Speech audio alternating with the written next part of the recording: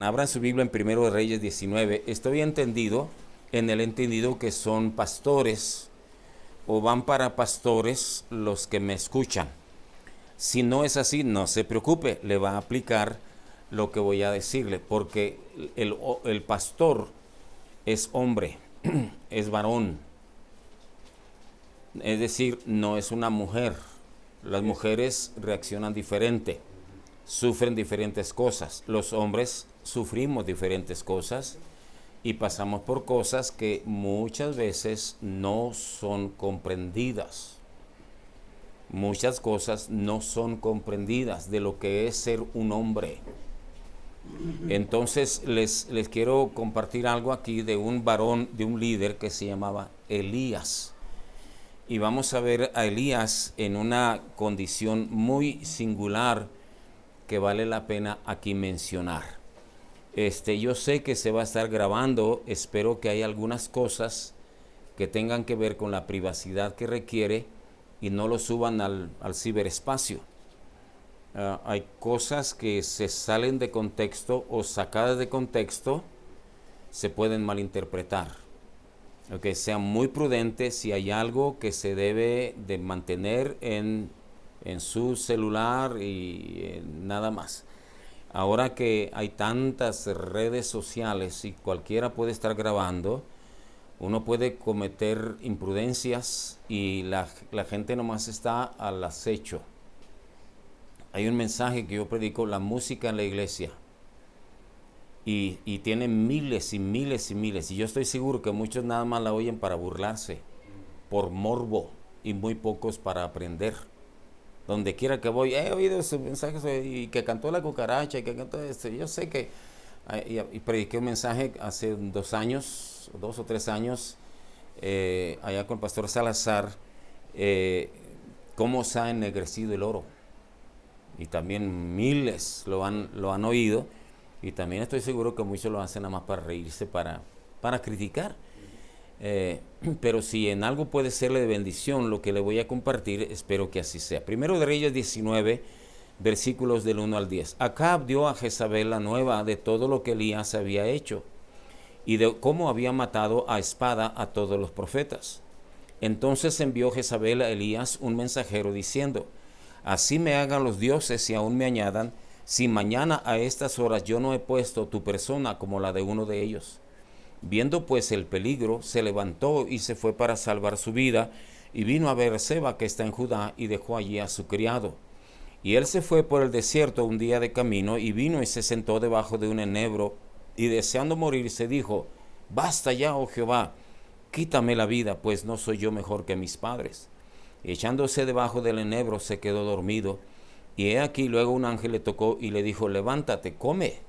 Entonces él miró, y he aquí a su cabecera una torta cocida sobre las ascuas y una vasija de agua, y comió y bebió y volvió a dormirse.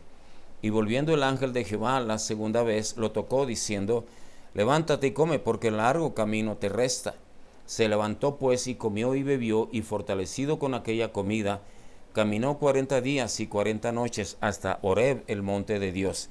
Y ahí se metió en una cueva donde pasó la noche.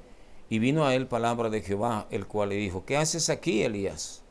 Él respondió: he sentido un vivo celo por Jehová, Dios de los ejércitos, porque los hijos de Israel han dejado tu pacto, han derribado tus altares y han matado a espada a tus profetas, y solo yo he quedado, y me buscan para quitarme la vida. Hasta ahí la lectura por el momento.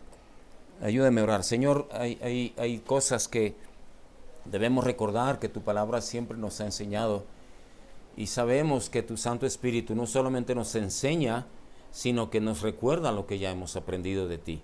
Te pido que así sea, Señor, en la vida de mis consiervos aquí y futuros pastores y aún aquellos que nunca lo serán, pero que serán el apoyo para su pastor. Te pido sabiduría y fuerzas para enseñar esta tu palabra. En el nombre del Señor Jesucristo. Amén.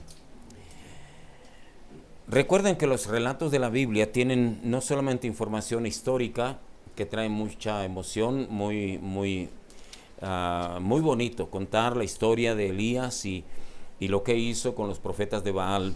Siempre será fascinante. No nos va a costar trabajo leer el capítulo 18 y 19 de Primero de Reyes. Pero no se nos olvide que los relatos tienen aplicaciones, tienen detalles para nuestra vida, que siempre debe estar acorde a todo el contexto general de la Biblia. Hay pastores que sacan de un relato cosas que no son bíblicas, de una parábola, de un milagro, cosas que no tienen nada que ver con eso. Alguien predicaba del buen samaritano, que el burro era los ganadores de almas y era el camioncito que traía gente de la iglesia, y el samaritano era cosas que nada tienen que ver con las escrituras. Pero no, eso no quita de que hay verdades que estremecen la vida de uno, y por algo el Señor las preservó. Ustedes como cristianos bíblicos, bautistas, fundamentales, independientes, rajatablas y todo lo demás, tenemos mucho respeto por las escrituras, y tenemos el cuidado de saber que la Biblia no solamente fue revelada e inspirada, sino también preservada. Eso quiere decir que el Señor la preservó a través del tiempo para nuestra enseñanza. Hubo otros escritos, por ejemplo, Pablo escribió por lo menos 2 cartas más a los Corintios, y nada más tenemos 2 cartas preservadas. ¿Por qué? Porque el Señor no quiso que fuese preservada, no tenía aplicación a nosotros. Ahora, estas 2, primera y segunda de Corintios, sí, hubo una segunda, en primera y segunda hubo otra carta, entre segunda y tercera hubo otra carta, pero nada más las tenemos como primera y segunda de Corintios porque son las que el Señor preservó, porque tiene contenido para nosotros. Así los relatos del Antiguo Testamento. Esta fascinante historia de Elías, vamos a ver por una parte la grandeza de la fe y del celo de Elías, y su gran capacidad que tuvo en los retos y desafíos de su ministerio. Un gran hombre, digno de asombro, tan así que el Señor se lo llevó sin pasar la muerte. Pero también vamos a ver la otra área del varón de Dios, su debilidad humana. Y Elías navegaba en estas 2 áreas seguramente. Vamos a verlo. ¿Por qué? Porque nosotros a veces logramos grandes proezas, tremendo mensaje, salvación de las almas, decisiones en el altar, éxito en la conferencia. ¡Ah, qué tremendo, qué bendición! Qué bueno, Dios es bueno, justo lo que esperábamos, más de lo que esperábamos de tal conferencia el Señor nos dio. Y al rato andamos arrastrando la cobija. ¿Por qué sucede eso? Porque somos humanos. Porque estamos revestidos de un cuerpo, de una naturaleza humana con la que también tenemos que lidiar. Primero vamos a ver la obediencia de Elías, capítulo 17 y versículo 3. Y dice así: apártate de aquí y vuélvete al oriente y escóndete en el arroyo de Querit que está frente al Jordán. Beberás del arroyo, y yo he mandado a los cuervos que te den allí de comer. Y él fue e hizo conforme a la palabra de Jehová, pues se fue y vivió junto al arroyo de Querit que está frente al Jordán. Y los cuervos le traían pan y carne por la mañana y pan y carne por la tarde, y bebía del arroyo. Pasados algunos días se secó el arroyo porque no había llovido sobre la tierra.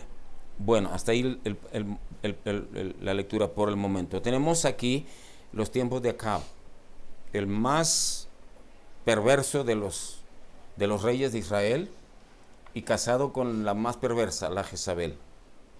Elías, como varón de Dios en ese tiempo, todos los reyes tenían un profeta especial. Había varios, pero había uno no especial. A Elías le tocó los tiempos de Acab, y a Acab le tocó la profecía de Elías. Elías le mandó decir a Acab: no va a llover en la tierra sino por mi palabra.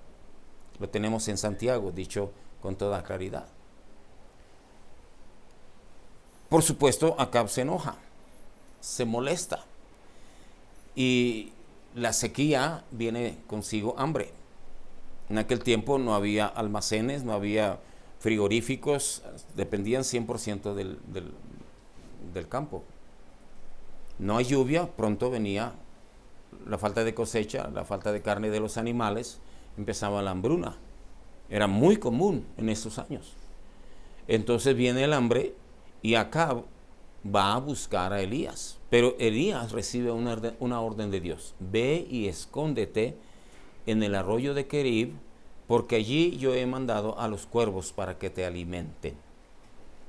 A los que no les gusta interpretar la Biblia literalmente, sino simbólicamente, de lo que nosotros no estamos de acuerdo, dicen que los cuervos eran nómadas. Pero los cuervos son cuervos, prietos y feos como ellos solos. Así que no necesitamos cambiarle sentido a las escrituras. Si la Biblia debe ser simbólica, entonces lo hace saber, semejante a, o como esto o aquello. Entonces uno lo entiende, está hablando de forma simbólica. Pero aquí he mandado a los cuervos porque te alimenten. Nadie tiene carne, nomás Elías. Y por supuesto el rey. Y Elías va y en obediencia a Dios se esconde en el arroyo de Querit. ¿Qué hubiera pasado si Elías escoge otro lugar? Lo hubiera encontrado acá. ¿Y qué hubiera pasado si Elías dice, está muy despoblado aquí en el arroyo de Querit? Hubieran llegado los cuervos y no lo hubieran hallado. Y hubiera padecido hambre. Porque la protección de Dios y la provisión de Dios está en el lugar que Dios nos dice que debemos estar.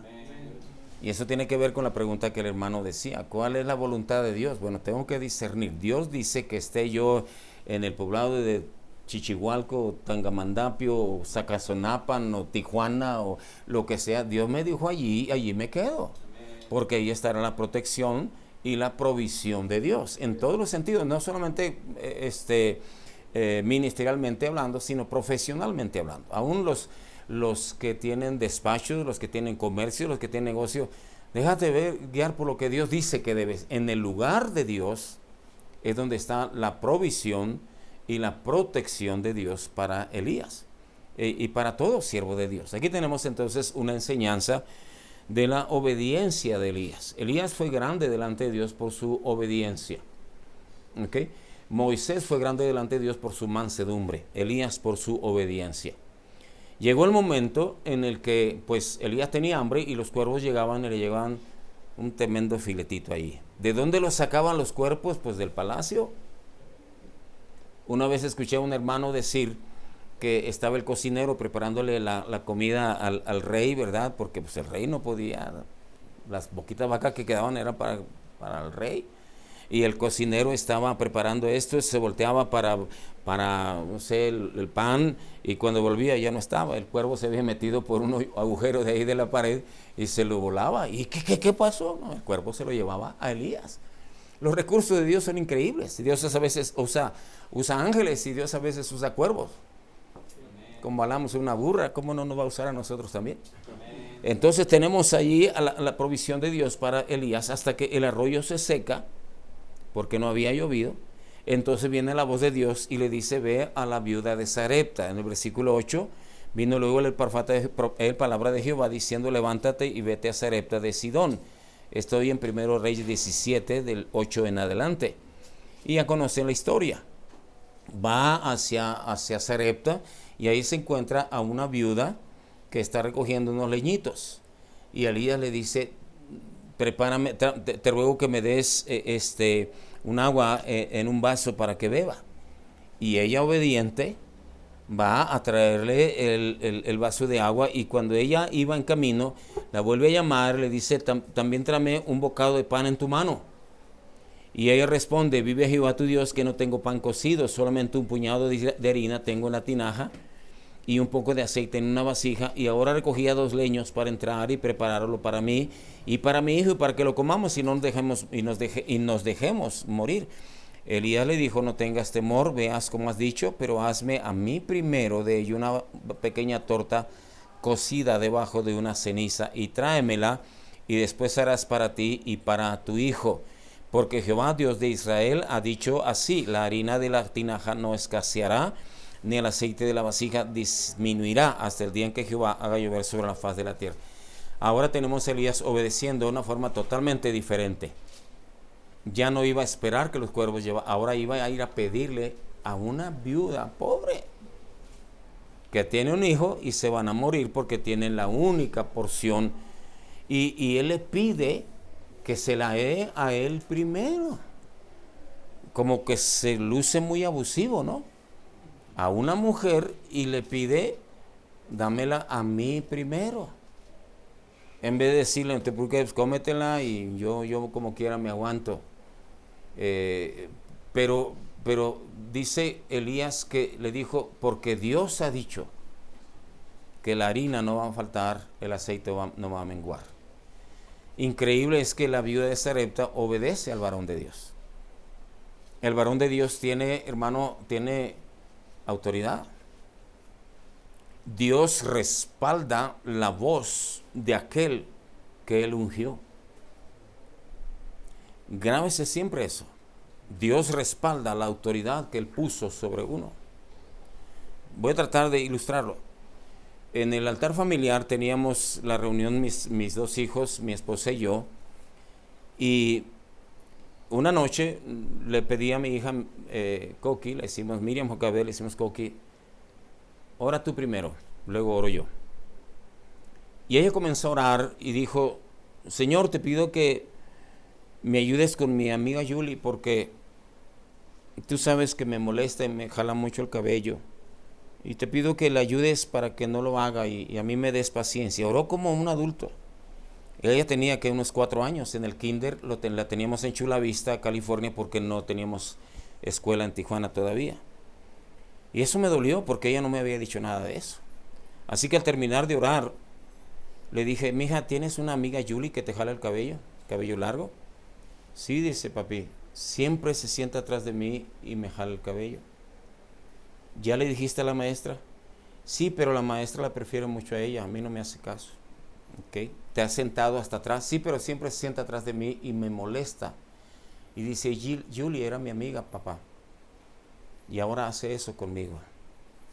Le dije, hija, has hecho bien en pedirle a Dios por tu amiga, así se hace. Eso es correcto. Mañana Dios te va a devolver a tu amiga. Mañana, le dije. Después dije yo, ¿qué hice? Comprometí a Dios. Pero oré a Dios toda la santa noche. Le dije, Dios, no me hagas quedar mal. Te pido que concedas, que mi hija sepa que el Dios de su padre es un Dios que contesta la oración. Entonces que la llevé a la escuela, la dejé y le dije, acuérdate, hija, Dios te va a devolver a tu amiga el día de hoy. Sí, papi. Se metió. Toda la mañana orando. Yo iba, la dejaba, yo iba y la recogía todos los días cruzando la frontera. Así que oré a Dios creyendo que el Señor me contestaría. Cuando fui a recogerla y ella me vio, viene corriendo, papi, Julie ya es mi amiga. Claro, mi hija, Dios contesta la oración de tu papá. ¿Qué es lo que Dios hizo? Honró la autoridad que Él me había dado como padre. ¿Sí me explico? La autoridad de un pastor es respaldada por el Señor. Y aunque a veces nos equivocamos, a menos que sea pecaminoso, Dios respalda nuestras oraciones, nuestras declaraciones. Si tú le dices a una hermana, no se preocupe, cierre su negocio los domingos y el Señor le va a proveer, Dios va a honrar esa palabra. El varón santo de Dios como era Elías, no estoy hablando de un carnalote como muchos de nosotros somos. Dios respalda la oración. La viuda de Sarepta fue obediente en decir, el varón de Dios lo dijo. Así que le hizo una torta y se la dio a Elías. Y se da cuenta que hay más harina y hay más aceite. Y comen ellos, hay más harina y hay más aceite. Y comen ellos. Noten ustedes, hermano, que la vasija no se llenó. Siguió siendo escasa, pero se volvía a poner en ese mismo. Ahí hay que aprender algo, hermano. Dios nunca te va a dar los 3 millones que quieres. Te va a dar de 50 en 50, de 10 en 10, de veces te va a dar 100, te va a dar 1 millón. ¿Por qué? Porque el Señor quiere que uno tenga obediencia delante de Él. De otra manera, Señor, no, hermanos, cuando yo oro, olvídese. Cuidado cuando yo oro, porque no. Bueno, sucede entonces que este hombre pide a Dios y hace grandes cosas. Y llegamos al capítulo 18 para redimir el tiempo. Pasados muchos días vino palabra de Jehová a Elías en el tercer año diciendo: ve, muéstrate a Acab, y yo haré llover sobre la faz de la tierra. Fue pues Elías a mostrarse a Acab, y el hambre era grave en Samaria. Y Acab llamó a Abdías su mayordomo, y Abdías era en gran manera temeroso de Jehová. Y conocemos toda esa historia. Me voy a reducir porque no quiero que el tiempo nos consuma. Llegamos al versículo 20. Entonces Acab, estoy en 1 de Reyes 18, versículo 20. Entonces Acab convocó a todos los hijos de Israel y reunió a los profetas en el monte Carmelo. Esto es, hermanos, porque Elías le dijo a Acab: mira, reúneme a los 400 profetas de Baal y 450 profetas de Acera. Reúnemelos en el monte Carmelo. Y allí yo voy a orar a Dios. Y el Dios que conteste por fuego, eso será Dios. Cuando Acab acepta ese reto, Elías, versículo 21, se acerca a todo el pueblo y dijo: ¿hasta cuándo claudicaréis vosotros entre dos pensamientos? Si Jehová es Dios, seguidle, y si Baal, id en pos de él. Y el pueblo no respondió palabra. Aquí vamos a ver ahora la valentía de Elías, el valor, el arrojo de Elías, la fe de Elías. Le dice al perverso Acab: reúneme a tus 400, 850 profetas. Y se presenta ante ellos y les da una tremenda regañada tipo fundamentalista. ¿Hasta cuándo claudicaréis vosotros entre los pensamientos? ¿Cómo que un día le adoran a Dios, otro día le adoran a Baal? Si creen en Baal, síganlo. Si creen a Dios, apártense para él. Un hombre valiente. ¿Hasta cuándo claudicaréis vosotros entre dos pensamientos? Ese es el mensaje de un hombre temeroso de Dios. Un hombre que quiere, si no te gusta hacer las cosas que Dios dice, la puerta está abierta. Pero si quieres hacer lo correcto, sírvele a Dios. Sírvele. Nosotros como pastores, predicadores bíblicos, por no decir fundamentalistas, tenemos que ser muy valientes, hermano.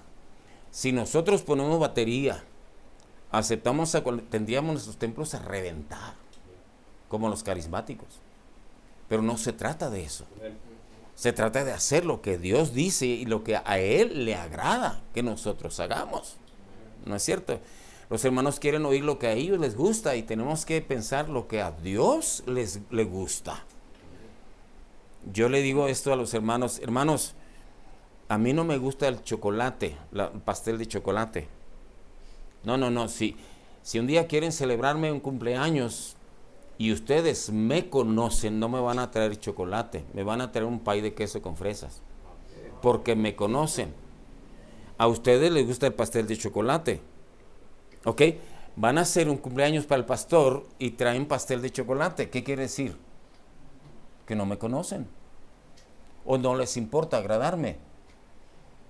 Bueno, pues gracias, hermano, por el chocolate. Me lo voy a comer aunque no me gusta. Pero los hermanos que me conocen me van a tener un pay de queso más caro y todo lo que usted quiera, porque este hermano sí me conoce. Llegamos a la iglesia, quiero que canten los himnos que a mí me gustan, pero a Dios no le gustan. Uno tiene que pensar qué es lo que a Dios le gusta y no lo que a nosotros nos gusta, porque en un momento diferenciamos. Pero si conocemos a Dios, vamos a saber lo que a Él le agrada. ¿No es cierto? En la adoración, en el vestuario, en la conducta, en la predicación, en todas las áreas de nuestro ministerio. Bueno, Él le dice: ¿hasta cuándo claudicaréis vosotros entre dos pensamientos? Versículo 22. Y Elías volvió a decir al pueblo: solo yo he quedado profeta de Jehová. De los profetas de Baal hay 450 hombres. Désenos pues 2 bueyes y escojan ellos uno y córtenlo en pedazos y pónganlo sobre leña.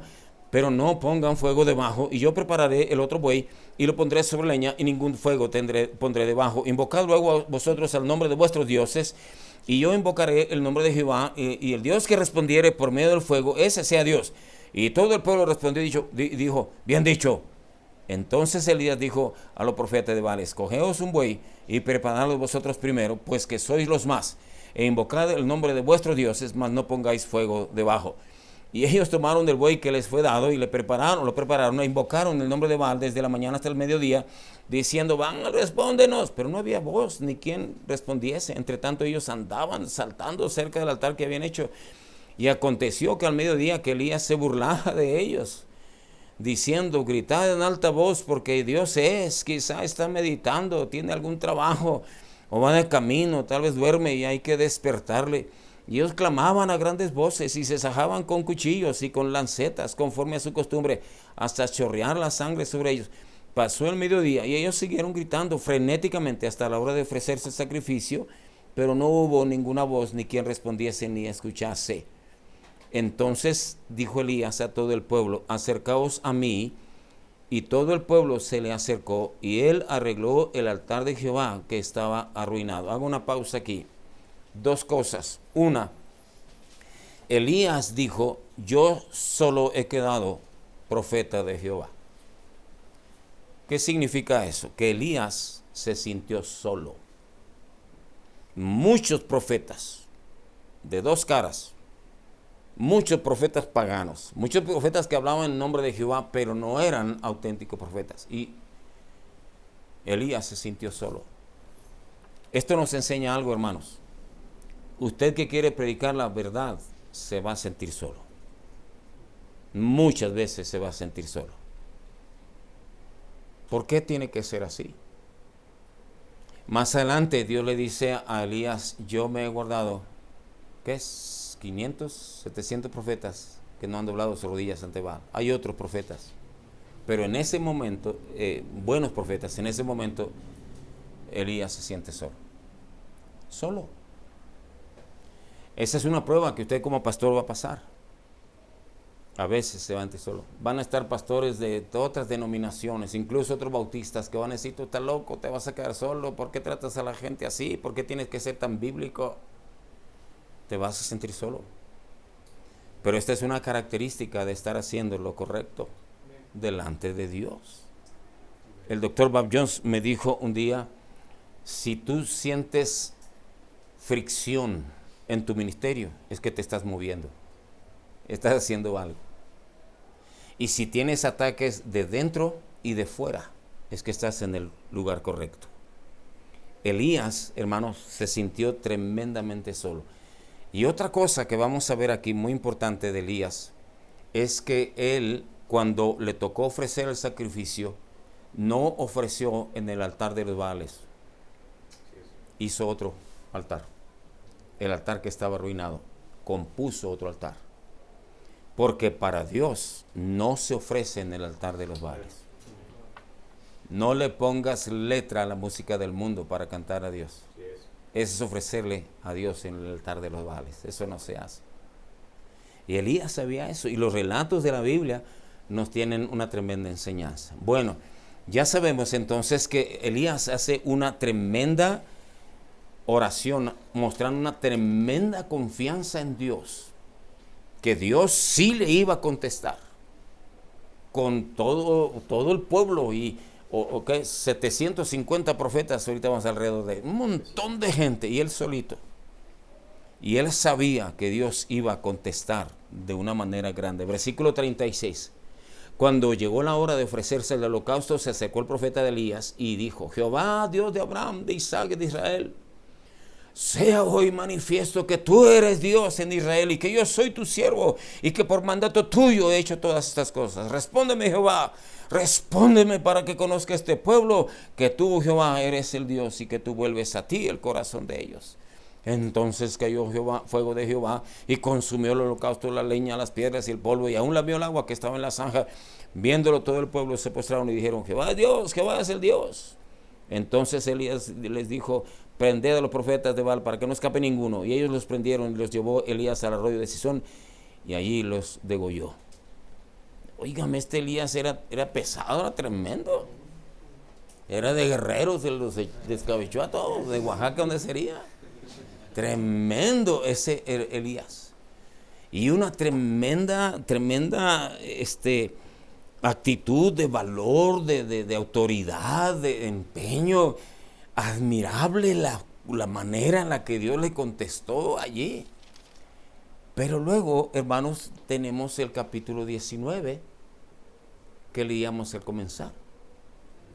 Dice que cuando la Jezabel, la mujer de Acab, oye lo que Elías hizo, dijo, de aquí a mañana no le queda a Elías la cabeza en su lugar. A esta hora Elías va a quedar muerto. ¿Y sabe qué hizo Elías? Huyó. Acaba de tener una tremenda victoria sobre cientos, sobre miles, y huye de una mujer. Y ahí es donde tenemos, hermanos, la otra cara de nuestra vida, nuestra debilidad humana. Elías, hermanos, cae en una tremenda depresión que llega al punto de desear quitarse la vida. Ya no quería vivir. Dice el versículo 4, y él se fue por el desierto un día de camino, y vino y se sentó debajo de un enebro. Un enebro, hermanos, es una planta desértica, un matorral que no da gran cosa. Un enebro, no de un árbol frondoso, así, ¿no? de un enebro, y deseando morirse, dijo, basta ya, oh Jehová, quítame la vida, pues no soy yo mejor que mis padres. Y echándose debajo del enebro se quedó dormido. Véanlo ahora, ese gran profeta tumbado. ¿Dónde está tu fe, Elías? ¿Dónde está tu confianza en Dios, Elías? ¿Dónde está ese valor, Elías? ¿Qué te pasa, Elías? ¿Sabe qué contestaría Elías? Soy humano. Hermano, después de una victoria te va a venir una depresión. Termino uno cansado. Ay, no debía hacer esto. Ay, me pasé. Ay, qué cansado estoy. Yo no sé por qué hago estas cosas. Bien cansado. La depresión después del éxito. Porque debemos recordar siempre que los éxitos y victorias no son nuestras. Son de Dios. No son por nosotros, es a pesar de nosotros. ¿Quién descendió con fuego? Dios, no fue Elías. ¿Quién contestó la oración? Dios. ¿Por qué oró Elías? Porque Dios le había dado una tremenda fe y victoria y promesas. Pero Elías seguía siendo humano. Hay quienes critican el hecho de que los pastores nos deprimimos. Pero sí nos deprimimos. Si no te ha pasado eso, hermano, algún día te va a pasar. ¿Sabe qué? Porque somos hombres. La depresión es el resultado de algunas fuerzas eléctricas en nuestro cerebro que dejan de funcionar por alguna razón. La andropausia, la mitad de media vida, porque se nos bajaron las hormonas. Es una realidad, porque somos humanos. Eso no quiere decir que somos unos fracasados. Eso no quiere decir que ya Dios se olvidó de nosotros. No, de ninguna manera. Déjeme contarle, y a eso me refería yo con cosas muy personales. A mí me quitaron la próstata, vesícula seminal, ganglios, todo ahí, porque yo tenía cáncer de los más agresivos en la próstata. Y no me quedó otra más que me dejé quitar la próstata. Eso significó que yo no iba a tener hormonas masculinas. Después de 2 meses o 3, me volvió a subir el antígeno prostático. Y dice el urólogo, es que alguna célula maligna se nos escapó. ¿Y dónde se va a alojar? ¿Quién sabe? Te voy a mandar con el oncólogo otra vez. El oncólogo me dice, te van a venir 14 o 15 tumores. ¿Quién sabe cuándo y quién sabe dónde? Si es operable, lo operamos. Si es de quimioterapia, si es radioterapia, lo que venga. Por lo pronto tenemos que bloquearte todas las hormonas que te hayan quedado. Y me mandó por 3 meses, cada 3 meses, una inyección en el ombligo. Pero era un shot, decía el doctor. No es un piquete de jeringa, es tronaba, y no cualquiera la puede poner. 8 y una pastillita todos los días. Eso me trajo, hermanos, bochornos como a las mujeres. Se siente uno que se está quemando. Me dijo, eso te va a pasar. Te vas a deprimir, te vas a desorientar y te vas a cansar como nunca. De 5 que les doy este tratamiento, uno se vuelve loco, dice. Mi hijo, y que iba conmigo, le dijo, ¿qué hago si le pasa eso a mi papá? Ponlo a correr, a subir y bajar escaleras para que se llene de adrenalina y eso le ayudará a tranquilizarse. Le dije yo, doctor, eso no me va a pasar. Tengo mucha gente que ora por mí. Pues agárrate. Y dicho y hecho, no me volví loco, gracias a Dios. Ya estaba. Pero horrible, hermanos. Yo manejando y digo, ¿dónde estoy? Me pasé al semáforo, no me pasé, ¿qué pasó? ¿Qué hora es? ¿Qué día es? Así. En la noche unos bochornos, ¿sabes? Predicando eso, se venía esa cosa ahí. Y una depresión. No valgo para nada, no sirvo para nada. Mi pobre esposita ahí tratando de alentarme. Ganas de llorar como si fuera un niño. Digo, ¿qué pasa conmigo? Yo no soy ese, yo no soy así. Yo le decía a mi esposa, Reina, ven por favor, que quiero llorar. Yo sentado en la cama y esa chaparrita me recargaba en su pecho. Y ella nomás me decía, tranquilo, todo estará bien. Yo lloraba como un niño. ¿Qué pasa? Un siervo de Dios con una congregación de cientos de personas, como un niño. ¿Sabe por qué? Porque somos humanos. Cuando te sientas débil, acuérdate, no eres tú el grande, es Dios. Dios es el único grande entre nosotros. Elías se queda dormido y dice allí, estoy en 19, versículo 5. Y he aquí, luego un ángel le tocó y le dijo, levántate, come. Entonces él miró y he aquí a su cabecera una torta cocida sobre las ascuas y una vasija de agua, y comió y bebió y volvió a dormirse. Estaba tan cansado. No era porque le quitaron la próstata, no era porque... Pero era tremendamente deprimido. El gran Elías deseando morirse. Pero Dios tiene recursos infinitos. Un ángel desde el tercer cielo vino, hizo un fuego allí. Quién sabe dónde, si él creó un pedazo de carne y un virote, o no sé qué. Le dije, hey, Elías, levántate, come. Y se comió una tremenda torta, o qué habrá sido. Pizza no era. No eran chilaquiles. Era una torta. Una torta. No era una guajolota, ¿cómo le llaman? Que le meten un tamal. No, era una torta. Y no eran pan ese era un pan. No que semita. Un virote, un bolillo, no sé, un pan creado por un ángel. No, su Coca-Cola, por supuesto, allí, ¿no? Seguramente. No sé, pero un delicioso alimento. Y se volvió a dormir. Pues cómo no. Y el ángel se queda callado, lo deja dormir. Volviendo el ángel de Jehová la segunda vez, le tocó diciendo, levántate y come, porque el largo camino te resta. Se levantó pues y comió y bebió, y fortalecido con aquella comida, caminó 40 días y 40 noches hasta el monte de Dios. ¿Qué le parece? Lo deja dormir, respeta su humanidad, respeta su debilidad.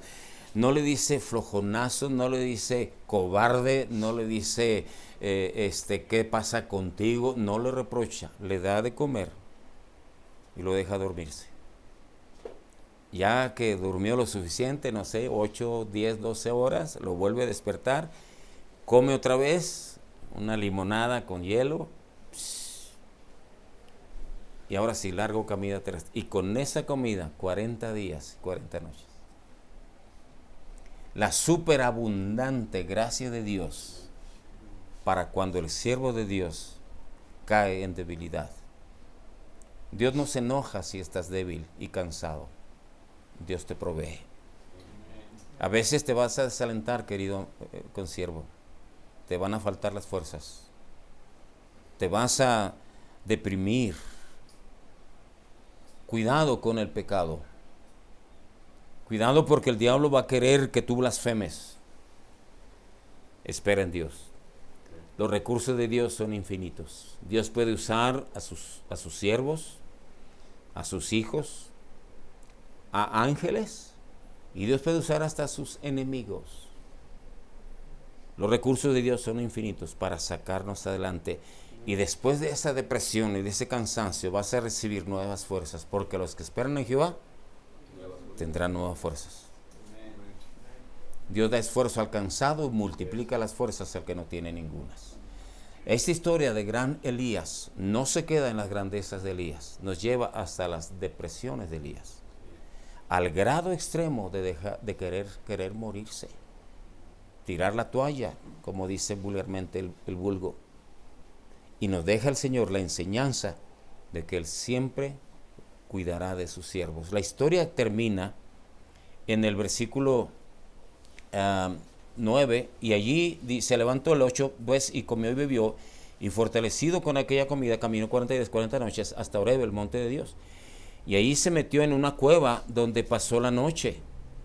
Y vino a él palabra de Jehová, del cual le dijo: ¿qué haces aquí, Elías? Él respondió: he sentido un vivo celo por Jehová, Dios de los ejércitos, porque los hijos de Israel han dejado tu pacto, han derribado tus altares, se han matado a espada tus profetas, y solo hoy he quedado, y me buscan para quitarme la vida. Ahí está todavía él, ¿verdad? Y él le dijo: sal fuera y ponte en el monte delante de Jehová. Y aquí que Jehová pasaba, y un grande y poderoso viento que rompía los montes y quebraba las peñas delante de Jehová. Pero Jehová no estaba en el viento. Y tras el viento un terremoto, pero Jehová no estaba en el terremoto. Y tras el terremoto un fuego, pero Jehová no estaba en el fuego. Y tras el fuego un silbo apacible y delicado. Y cuando lo oyó Elías, cubrió su rostro con su manto, y salió y se puso a la puerta de la cueva. Y he aquí que vino a él una voz diciendo: ¿qué haces aquí, Elías?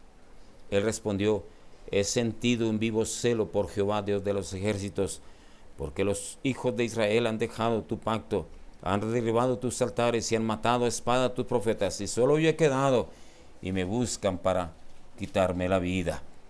Y le dijo Jehová: ve, vuélvete por tu camino por el desierto de Damasco, y llegarás y ungirás a Hazael, rey de Siria, a Jehú, hijo de Nimsi, y ungirás por rey sobre Israel, y a Eliseo, hijo de Safat y de Abel-Beola, ungirás para que sea profeta en tu lugar, etcétera, etcétera, etcétera. Luego tenemos el llamamiento de Eliseo.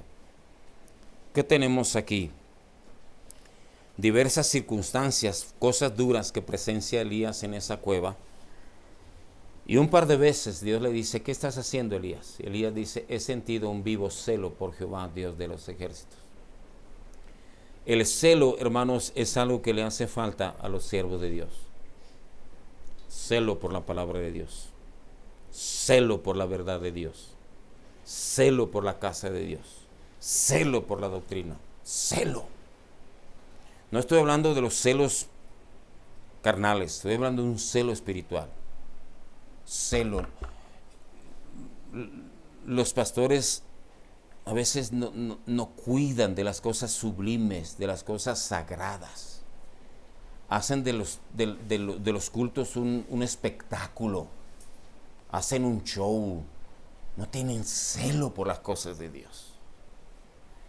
Yo tengo mucho celo por la Biblia. A mí no me gusta poner cosas arriba de la Biblia. Ridiculezas si usted quiere. Yo estaba en una conferencia de un hermano en Guadalajara y rentaron un salón bien grande allí. Llevaron un teclado y no había banco allí. Pues le llevaron y pusieron una cubeta boca abajo y la pianista no alcanzaba con la cubeta que le pusieron. Entonces le dieron varias Biblias y se sentó sobre las Biblias para tocar el piano. Yo dije: ¿qué es eso? No me gusta que se trate tan falto de respeto a la palabra de Dios. No te metas al baño a leer la Biblia, por favor. No estés sentado en el trono allí leyendo la Biblia. Ten celo. No vayas a la casa de Dios como si fueras al mercado o al estadio de béisbol o al parque. Ahí sí vas de shorts, ahí sí vas de tenis. A la casa de Dios no, ten celo. Celo al adorar. Es lo que le faltaba al pueblo de Dios. Dice Elías, yo he sentido un vivo celo. Y Dios se manifiesta con un silbo suave y apacible. No sé cómo interpretar el viento que rompía los montes y el terremoto y el fuego, pero lo que sí sabemos es que Dios se muestra con Elías con un silbo pasable. Le da a Elías la calma, la tranquilidad, la serenidad que él necesitaba para luego hacer la transición. Le dijo, ve, que tu ministerio está pronto para terminar. Has hecho bien tu trabajo. Y viene el Eliseo que hace el doble de milagros que hace Elías. Esa es la vida de un siervo de Dios. Celo, obediencia, confianza, convicción, pero también, hermanos, levantarnos de nuestras debilidades. Seguir confiando en el Señor. Aprendamos a oír la voz de Dios en un silbo suave y apacible cuando Él nos quiere dar la tranquilidad que nuestras almas agitadas por un mundo malo nos trae muchas veces. Vamos a orar. Dios, aquí he hablado a siervos, no sé cuántos hermanos podrán escucharlo después. Te ruego, Señor, que seamos capaces de percibir ese silbo apacible que tú nos das cuando estamos a solas, allá en la recámara, allá en la oficina, allá en el cuarto de estudio. Señor, que seamos sensibles como Elías. Señor, visítanos en nuestras depresiones y cansancios, porque somos humanos y tú nos conoces. Tú mismo, Señor Jesús, te cansabas, te dormías, sufrías, llorabas, mostrando tu identidad con nosotros en tu humanidad. Y tenemos al Señor Jesús, nuestro sumo sacerdote, que puede compadecerse de nuestras debilidades. Gracias, Señor, que cuando vengan esas situaciones debidas en nuestra humanidad, sepamos, oh Dios, que tú siempre tienes recursos para sacarnos adelante y que vale la pena seguir predicando la diferencia entre lo santo y lo profano. Pues te pido que apliques tu palabra a cada uno, pues nos conoces. En el nombre del Señor Jesucristo. Amén, Señor. Amén. Señor les bendiga, hermanos. Vamos a esperar que terminen allá, si no han terminado, y nos reunimos cuando nos den la indicación. Gracias, hermanos. Dios les bendiga. Vamos para acá.